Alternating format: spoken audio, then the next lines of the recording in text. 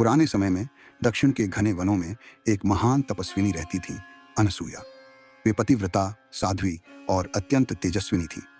उन्होंने संसार के सारे सुखों को त्याग दिया था और अपने आश्रम में साधना, सेवा और ध्यान में जीवन बिताती थी। उनकी ख्याति दूर दूर तक फैली थी। राजा चंद्रकेतु, जो अपने रूप और ऐश्वर्य पर बहुत गर्व करता था, एक दिन उनके विषय में सुनकर सोचने लगा, क्या कोई स्त्री सच में मोह माया से मुक्त रह सकती है? मुझे उसे आजमाना चाहिए। वह एक युवा साधु का वेश धारण कर अनसुया के आश्रम पहुंचा। उसने कहा, माताजी, मैं यात्रा से थका हूं, कुछ अन्न और जल चाहिए। अनसुया ने प्रेम से सेवा की, आसन दिया, जल दिया, फल दिए। राजा ने कहा, मुझे आश्रय चाहिए, पर एक शर्त है, आप मुझे भोजन निर्वस्त्र होकर परोसें, तभी मैं इसे स्वीकार करूंगा। अनसुया चौंकी नहीं, न क्रोधित हुई।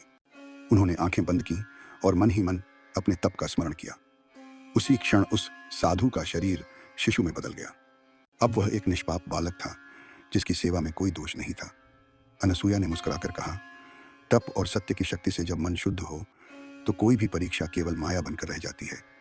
कुछ देर बाद देवताओं ने प्रकट होकर राजा को उसका रूप लौटाया। राजा चरणों में गिर पड़ा। उसने क्षमा मांगी और अपने राज्य लौट गया, इस बार अहंकार नहीं, श्रद्धा लेकर।